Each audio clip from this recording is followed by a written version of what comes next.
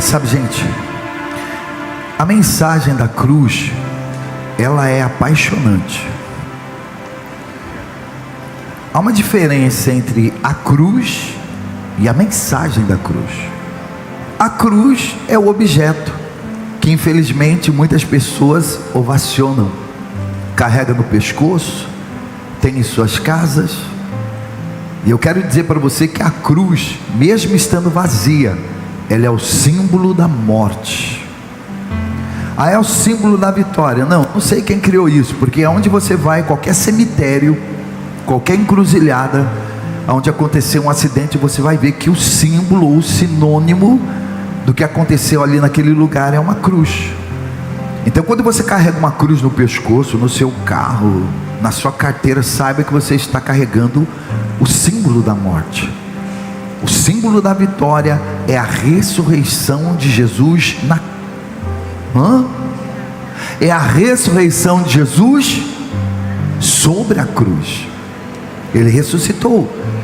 E a mensagem da cruz, que é o evangelho, realmente é apaixonante quando ela é pregada com clareza, e quando você deixa o Espírito Santo ele passar um entendimento para você. Porque não adianta, por exemplo, em um culto como esse, uma reunião como essa, você não considerar espiritual aquilo que é espiritual. Você chegar aqui e ver tudo aquilo que está acontecendo nessa noite, e tudo aquilo que vai ser dito nessa noite de forma natural. Mas existem pessoas que não conseguem enxergar. Existem pessoas que não conseguem enxergar. Existem pessoas que a palavra não consegue atingir. De repente, por um tempo, 2 tempos, aí há necessidade de acontecer alguma coisa na sua vida, uma desgraça, uma catástrofe, porque aquele que não vem pelo amor, vem pela dor. Então só quando a pessoa está atravessando momentos difíceis na vida dela, que ela passa a prestar atenção na palavra, passa a buscar mais a Deus, passa a querer mais de Deus. Mas mesmo que isso não esteja acontecendo com você, eu quero mostrar para você a grandeza de um Deus, a fidelidade de um Deus, e o quanto Ele nos ama. Antes de Jesus ser crucificado, aconteceu algumas coisas que eu gostaria que você prestasse muita atenção, porque de repente aquilo que aconteceu pode mexer com os seus paradigmas nessa noite, e é isso que eu quero. Eu quero que o Espírito Santo ele venha te chacoalhar, venha despertar você, para que você venha realmente compreender a mensagem da cruz, enxergar o verdadeiro amor de Deus por cada um de nós. A palavra diz lá no livro de João capítulo 18, a partir do versículo 28. Depois levaram Jesus da casa de Caifás para a audiência, e era pela manhã cedo, ou seja, uma manhã de quinta-feira. Então entraram na audiência e começaram a julgar Jesus. Então Pilatos saiu e disse-lhes: que acusação trazei contra este homem? E responderam e disseram-lhe: se esse não fosse malfeitor, a gente não traria ele até você. Disse-lhe, pois, Pilatos: levai-o vós e julgai-o segundo a vossa lei. E disseram os judeus: a nós não nos é lícito matar pessoa alguma, para que se cumprisse a palavra de Jesus que tinha dito, significando de modo que ele havia de morrer.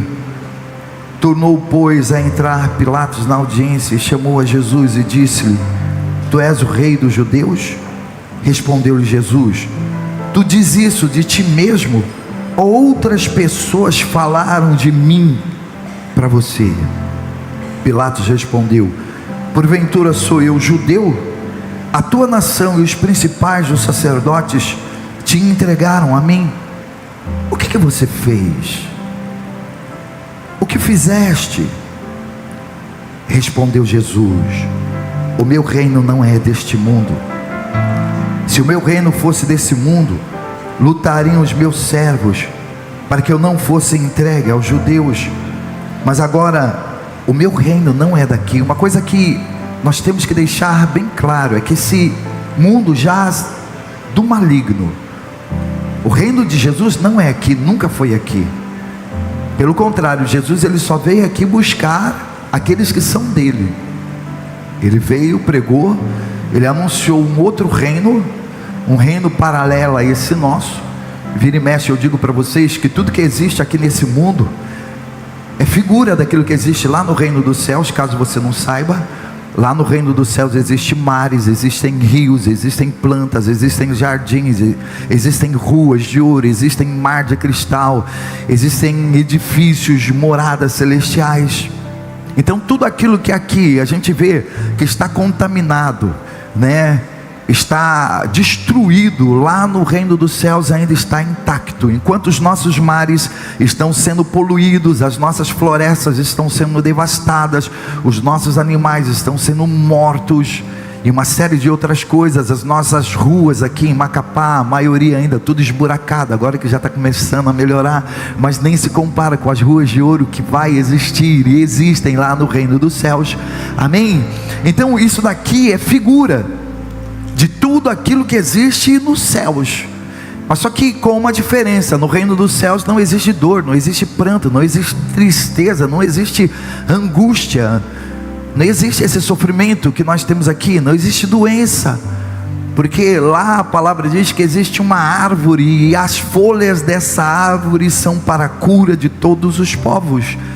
Entende? Lá não haverá noite, porque lá haverá uma luz que há de nos iluminar o tempo todo, e essa luz vai emergir do trono da graça de Deus. Lá existe um rio cujas águas são cristalinas, que corre, sai do trono de Deus, que vai saciar a nossa sede de manhã, de tarde e de noite. Lá você não vai precisar se preocupar o que você vai comer, o que você vai beber, onde você vai morar, não, porque lá existem mansões. Eu conheço muitas pessoas que quando escutam falar dos Estados Unidos, da França, principalmente aqui, né? As pessoas escutam falar de Guiana Francesa, aqui tem um monte de macapaense, tudo querendo ir para a França, porque dizem que lá o governo dá Bolsa Família, dá isso, paga aquilo outro. Então as pessoas ficam tudo fissuradas tentando entrar lá. Agora, por que as pessoas não ficam fissuradas em querer entrar no reino dos céus? Porque o reino dos céus hoje não é pregado, não é ensinado, e as pessoas acham que a vida é somente isso, ó. Mas a vida passa, e tudo aquilo que existe, mas aqueles que fazem a vontade de Deus, eles permanecem para sempre. Então Jesus ele vem em forma de homem, sendo Deus, não usurpou ser igual a Deus, se esvaziou de si mesmo, tomou a forma de servo, se tornou homem. Para quê? Para nos dizer que existe um reino. Ele veio nos dizer: olha, existe um reino que está além do nosso espaço, está além do nosso conhecimento. Existe um reino que está além das ordens políticas e sociais desse mundo, um reino onde existe a paz, e eu vim aqui anunciar esse reino para vocês. Porque o evangelho significa boas novas. Boas novas do quê? Boas novas de um futuro melhor. Vida, e vida com abundância significa vida eterna. O ser humano ele tem uma paranoia impressionante em relação à morte. Quem é que não tem medo da morte? Todo mundo tem medo da morte. Mas Jesus ele veio dizer: eu sou a vida, eu sou a vida eterna. E aquele que morrer, ainda que morra, se você crer em mim, você vai ressuscitar. Porque eu sou Senhor, tanto dos mortos como dos vivos. Então essa foi a pregação de Jesus. Mas ali naquele dia ele estava sendo julgado, condenado pelos judeus, pelos fariseus, pelos escribas, pelos saduceus, porque viram ele como um amotinador. Na cabeça deles, eles queriam tomar o reino desse mundo. Jesus e seus discípulos, os seus apóstolos, queriam tomar o mundo, queria tomar Roma. Mas Jesus já declara: não, presta atenção, eu não vim para nada disso, o meu reino não é deste mundo. Se o meu reino fosse deste mundo, lutaria os meus servos para que eu não fosse entregue aos judeus, mas agora o meu reino não é daqui. Disse-lhe, pois, Pilatos: logo tu és rei? Respondeu Jesus: tu dizes que eu sou rei, você está falando que eu sou rei. As pessoas estão dizendo que eu sou o rei, mas eu para isso nasci, e para isso vim ao mundo, a fim de dar testemunho da verdade. Em outras palavras, Jesus está dizendo: não, eu não vim para ser rei. Você está dizendo que eu sou rei, as pessoas estão dizendo que eu sou rei, mas eu para isso nasci. Para quê? Para dar testemunho da verdade. E todo aquele que é da verdade ouve a minha voz. Porque existem pessoas que têm tanta dificuldade em ouvir a voz de Jesus, porque de repente elas não são da verdade. Elas escutam tudo e todos, mas quando chega um momento como esse, elas ficam, parece que perturbadas, parece que tem pulga na cueca, uma vontade de levantar, de ir no banheiro toda hora, de tomar água, de olhar no celular. Eles não conseguem se concentrar na mensagem da cruz, que tem poder de libertar, de curar e transformar a sua vida. Veja, se de repente a sua vida ainda não está transformada, alguma coisa está acontecendo. É porque de repente até agora você não tem deixado essa verdade entrar dentro de você. Então Jesus está dizendo: eu para isso nasci, para isso vim ao mundo, a fim de dar testemunho da verdade. Todo aquele que é da verdade ouve a minha voz. Disse-lhe, pois, Pilatos: o que é a verdade? Veja, um governador perguntando para Jesus o que era verdade. O que é a verdade? Nem ele sabia o que é verdade. A gente vive em um mundo tão conturbado, de tantas vozes, de tantos barulhos, que a maioria das pessoas não sabe o que é verdade. Elas estão em busca da verdade. Sabe, nada desse mundo vai nos satisfazer. Não tem dinheiro, não tem carro.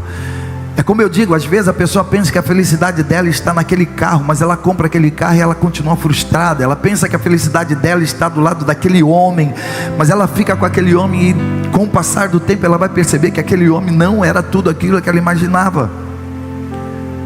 Ela chora porque quer um trabalho, as portas se abrem, o trabalho aparece para ela, depois ela começa a chorar porque ela não quer mais aquele trabalho. Sabe por quê? Porque a nossa suficiência está em Jesus.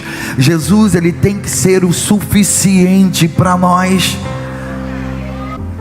Pilatos chega para Jesus e diz assim: o que é a verdade? E dizendo isso, voltou até os judeus e disse-lhes: não acho nesse homem crime algum. Sabe, observe isso, igreja, presta atenção, não se distraia. Pilatos, o governador, olhou para Jesus, analisou, investigou, ouviu várias testemunhas, e ele chegou a uma conclusão: eu não vejo nesse homem crime nenhum. Ele não tem crime nenhum, não tem nada que desabone a sua conduta. Mas vós tendes por costumes eu vos soltar, por ocasião da Páscoa, um homem. Quereis, pois, que vos solte o rei dos judeus, ou a Barrabás? Jesus vai, se coloca diante de Barrabás, do lado de Barrabás, e fica Jesus e Barrabás. Quem vocês acham que as pessoas escolheram? Me ajuda aí a pregar. Barrabás. Pilatos não encontrou nele crime algum. Do outro lado, Barrabás, a palavra diz que ele era o quê? Um salteador. Barrabás era um ladrão, um salteador, um criminoso, um matador. Tanto que ele estava ali para morrer de morte na cruz. É como eu disse hoje cedo, só as pessoas que haviam cometido muita atrocidade, os piores criminosos, eles eram condenados à morte, e morte de cruz. Agora que coisa estranha, mesmo Jesus não tendo pecado nenhum, não se achando nele dolo nenhum, ele foi condenado à morte de cruz. Que coisa incoerente, não é verdade? Que injustiça, que falta de humanidade. Por que Jesus estava sendo condenado à morte de cruz? Por ele ter curado, libertado, expulsado demônios, por ele estar fazendo promessas de um reino que está além do nosso espaço, além do nosso tempo. Por que Jesus estava sendo condenado à morte? Porque ele pregou o amor. E Barrabás sendo liberto da condenação. Mas quando o povo começou a clamar: Barrabás, Barrabás, Barrabás, Pilatos chegou e dizia assim: olha, porque Pilatos, ele não era judeu. Em outras palavras, Pilatos não era crente, Pilatos não era nada. Mas quando ele viu o comportamento dos judeus, querendo condenar um inocente, ele ficou bolado, ele não entendeu nada. Ele falou: caramba, meu, eles preferem um salteador do que um homem justo, probo, reto. Quer saber? Eu lavo as minhas mãos, ó. Eu lavo as minhas mãos. Ele lavou as suas mãos. Não demorou muito. Os soldados foram até Barrabás. Presta atenção. Você não está entendendo?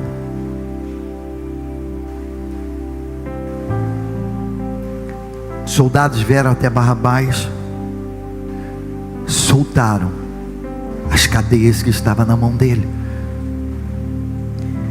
tiraram as travas que estavam no pé dele, e aquele homem que estava no corredor da morte, prestes a morrer, devido aos malefícios que ele fez durante toda a vida, ele sai de lá, e ele começa a descer as escadarias, e o povo vacionando ele: Barrabás, Barrabás, Barrabás. Eu não sei o que passou na cabeça daquele homem naquele momento, mas ele deve ter pensado: o povo me ama, as pessoas gostam de mim, as pessoas me aclamaram, as pessoas me ajudaram, as pessoas clamaram meu nome, me ovacionaram, e por causa dessas pessoas eu estou sendo liberto, eu estou deixando de morrer na cruz do Calvário.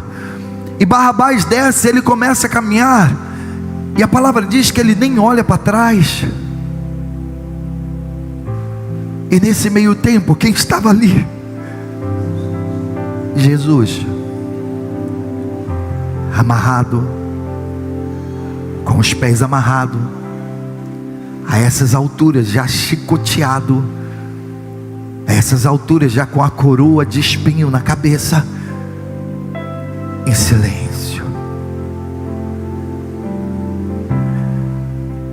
Barrabás, ele não teve coragem de olhar para trás e dizer: Senhor, muito obrigado. Barrabás, ele não entendeu, ele não percebeu que aquelas cadeias só saíram das mãos dele, aquelas correntes só saíram dos seus pés, porque um homem estava morrendo por ele. Você consegue entender? Barrabás só estava sendo livre e liberto da morte, livre da cruz, porque alguém estava morrendo por ele. Mas ele não teve a capacidade de olhar para trás e agradecer aquele homem que estava morrendo por ele, porque ali havia três cruzes. A cruz do meio era para Barrabás, mas Jesus morreu por ele. Você está conseguindo compreender? O que eu estou querendo dizer com isso? Eu estou querendo dizer que às vezes nós nos tornamos Barrabás também. Existe um monte de Barrabás aqui dentro, inclusive eu, que atribui a nossa libertação, a nossa cura, as nossas conquistas, as nossas vitórias, a pessoas que nos ajudaram, a governo, a parentes, a amigos, a irmãos, mas a gente não consegue olhar para trás e ver que se hoje nós estamos livres das cadeias, livres dos grilhões, se hoje nós temos vida, se hoje nós estamos curados, se hoje o pai não morreu, a mãe não morreu, Deus livrou você da morte, Deus livrou você das cadeias do inferno, é porque morreu por você lá na cruz do Calvário, e você às vezes faz como Barrabás, acha que as vitórias, as conquistas é por causa de você. Você acha que aquilo que você tem é porque você tem méritos, é porque você é inteligente, você tem bacharelado, é PhD, tem a sua empresa, tem o seu comércio. Não, você só é o que você é, você só tem o que você tem, você só tem saúde, só está aí hoje com vida, porque um dia Jesus morreu por você lá na cruz do Calvário. Jesus entregou a vida dele por você. Quantas vezes Jesus não subiu no pódio com você? Quantas vezes Jesus não te livrou do mal? Quantas vezes você achou que era o seu fim? Agora não tem jeito, agora a casa caiu, agora eu perco tudo, agora eu vou falir, agora eu vou morrer. Não, é agora que o meu pai vai partir, a minha mãe vai partir, é agora que a minha mulher vai descobrir, é agora que o meu marido vai embora, é agora que eu morro. E Deus sempre subiu no pódio com você, e Deus sempre te livrou do mal. É como eu digo, às vezes nós somos tão ingratos, nós nos tornamos Barrabás, e a gente começa a dar honra e glória para aquelas pessoas que nos ajudaram. Não, veja, ninguém te ajudou por acaso, porque essas palavras Pilatos também falou para Jesus: Jesus, olha, o que está acontecendo com você? O que você fez, rapaz? Você não sabe que eu tenho o poder de te soltar, você não sabe que eu tenho o poder de dar vida para você e tirar sua vida. Aí Jesus olha e diz: nenhum poder você teria se do alto não tivesse sido dado. Então, se alguém te ajudou, se alguém te estendeu a mão, é porque essa força, esse poder veio do alto. Foi o Pai que deu força, poder a essa pessoa, para ela te ajudar, para ela te levantar, para você não ficar caído. Então hoje o maior problema das pessoas é serem como Barrabás. Jesus está livrando elas do mal, porque Jesus, ele não faz alarido, Jesus, ele não faz barulho. Jesus, ele disse: olha, se eu quiser, eu invoco os meus anjos e eles vêm me libertar. Jesus, ele podia dizer assim: olha, veja a injustiça, porque conosco qualquer injustiça que é feita, quando a gente detecta que um troco está errado, a gente, opa, peraí, está faltando 50 centavos aqui, está faltando R$1, você me deu o troco errado. Existem pessoas que reclamam quando dão um troco errado para elas, mas elas não devolvem quando dão um troco a mais. São injustas. Então Jesus, ele podia ter dito: não, Pai, é injustiça, Pai, afasta de mim esse cálice.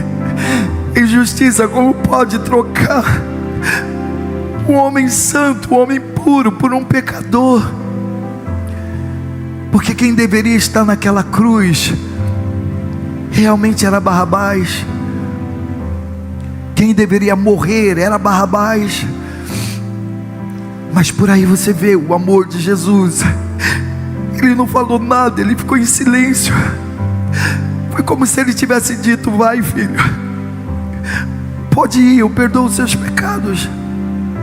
Vai, eu te salvo, eu te ajudo, eu te livro da morte.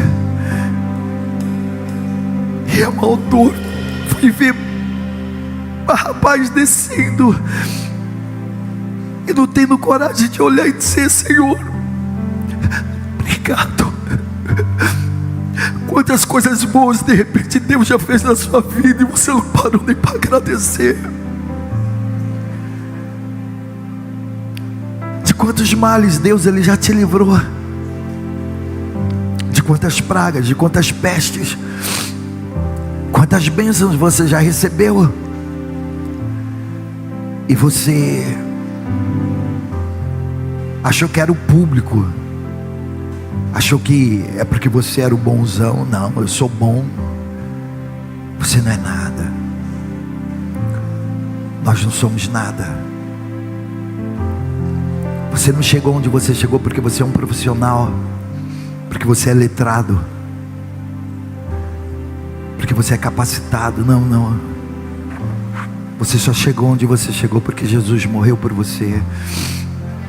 Você só está livre porque alguém foi preso em seu lugar.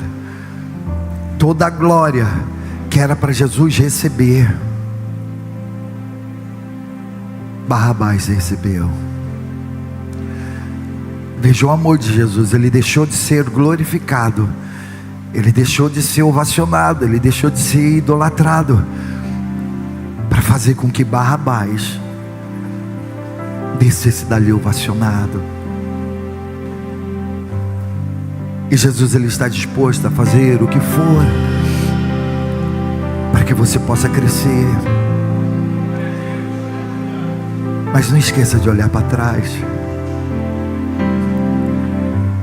Se você parar para pensar, você já pediu tantas coisas para Deus, e tudo aquilo que um dia você pediu, hoje você tem.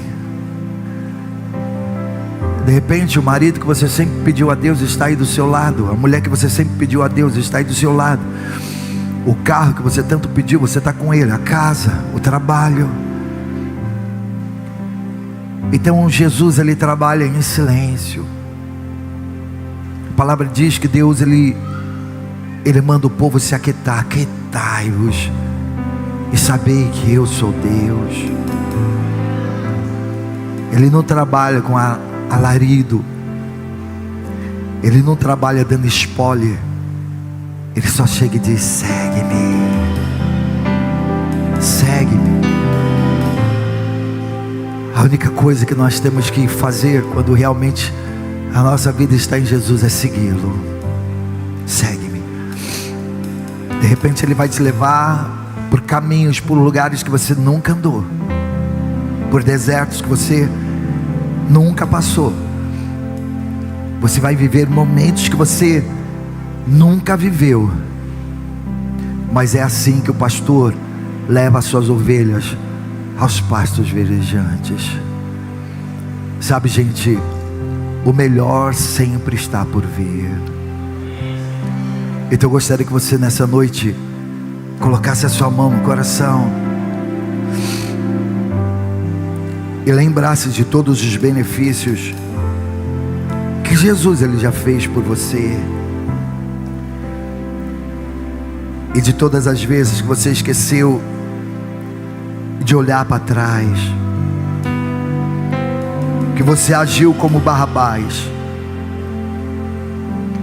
achou que a conquista, a vitória, a fama, os likes que você leva, os clientes que você tem, você conquistou sozinho. Não. É como eu disse, se hoje você está liberto, se a doença não conseguiu te matar, é porque Jesus levou sobre si as nossas dores, e sobre as suas pisaduras nós somos sarados. Se os demônios não conseguiram te destruir, desgraçar a sua casa, a sua família, porque Ele prometeu acampar os seus anjos ao seu redor. É porque Ele declarou: nenhum mal te sucederá, praga nenhuma chegará à tua tenda. Somente com os teus olhos olharás e verás a recompensa dos ímpios. Se você não foi destruída, porque Ele prometeu: 1000 cairão ao teu lado e 10.000 à tua direita, mas tu não serás atingido. É porque você se apegou a Ele com amor, e invocou E Ele te respondeu. Então, ó Deus, é como Davi disse: não nos deixe esquecer de nenhum só dos seus benefícios, Senhor, porque grandes coisas o Senhor tem feito nas nossas vidas, mesmo que às vezes nós não consigamos perceber, mas o Senhor tem cuidado de nós, desde o nosso levantar até o nosso deitar. O Senhor tem cuidado do nosso caminhar, o Senhor tem cuidado da nossa casa, tem mantido a sua palavra viva, porque a sua palavra é viva e eficaz. Então, Espírito Santo, que nessa noite nós possamos nos voltar para Ti e ser sensíveis ao Evangelho da salvação. Eu coloco a vida de cada uma dessas pessoas que se encontram aqui nas Tuas mãos, Pai, para que o Senhor possa trabalhar a cada dia no coração delas e levá-las ao conhecimento de Cristo Jesus. Eu quero que você diga assim: Senhor, muito obrigado por ter me trazido aqui nessa noite. Muito obrigado, Senhor, por eu poder estar aqui na Tua casa, ouvindo a Tua palavra, que é a palavra de vida. Porque para quem eu irei, se só Tu tens as palavras da vida eterna, Senhor? A Tua palavra nos liberta, porque conhecereis a verdade vos libertará. Tua palavra é doce, é mais pura que o mel. Aleluia.